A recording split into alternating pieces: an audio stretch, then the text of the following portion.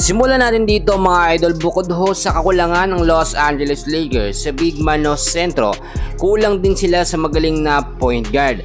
So sa inamin nga po nito si Coach JJ Redick at sa kanyang hinahangaan din point guard na Indiana Pacers ay tila magkakaroon na naman ng trade ang Lakers papunta sa ibang team. Well, kung bago ka lang, please huwag mo nakakalimutan na mag-like and subscribe. Maraming salamat po. Well mga kaibigan, sa mga hindi nakakaalam ay dating sports analyst. Ito nga pong si JJ Redick bago itong naging head coach nga po ng Los Angeles Lakers. May isang player ho siya na hinahangaan na dati nga pong na-drop sa kupunan ng Sacramento Kings at na-trade naman sa Indiana Pacers. Wala tayong ibang tinutukoy kundi itong si Tyrese Haliburton. So ito yung magaling na point guard mga kaibigan, which is dito din nakuha ni Coach JJ Redick ang sistema na kung saan maganda nga po ang small ball lineup. Then alam naman natin, in-applyan itong si Coach JJ Redick dito nga po sa Los Angeles Lakers. Sa kanya naging post interview, dati pa mga kaibigan ay itong si Coach JJ Redick sinabi na magaling talaga na point guard ang kinakailangan ng isang team para din mag-succeed or magkampiyon. Hindi lamang dapat daw iasa sa big man sentro. Sa pagkakataong ito, alam naman natin na ang Lakers ay may mga available na sentro o big man sa lineup. Di nakikita natin bakit ang ginagamit ni Coach JJ Redick small ball lineup pa rin. Hindi ginagamit yung mga available na big man. Dahil nga po yun sa trust issue.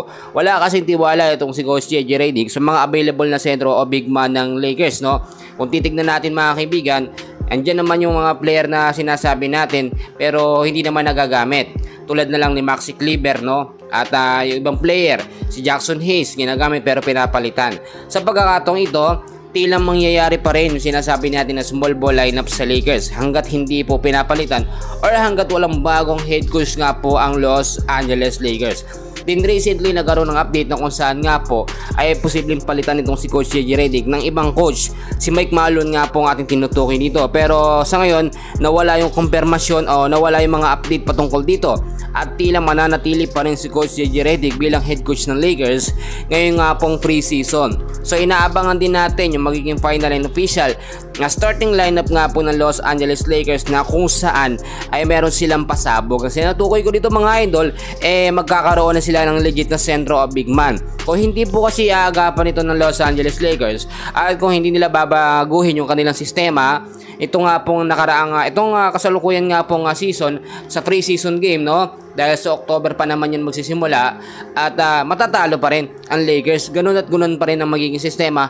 Uulit at uulit lang din ang nangyaring pagkatalo ng Lakers. Sa pagkakataong ito, kung mangyari nga po ito nga pong sinasabi natin na trade ng Lakers sa ibang team, which is yung point guard nga po na si Tyrese Haliburton, posibleng ma-trade dyan ito nga po si Gabe Vincent. So alam naman natin kahit paano okay yung performance at magaling naman maglaro ito si Gabe Vincent.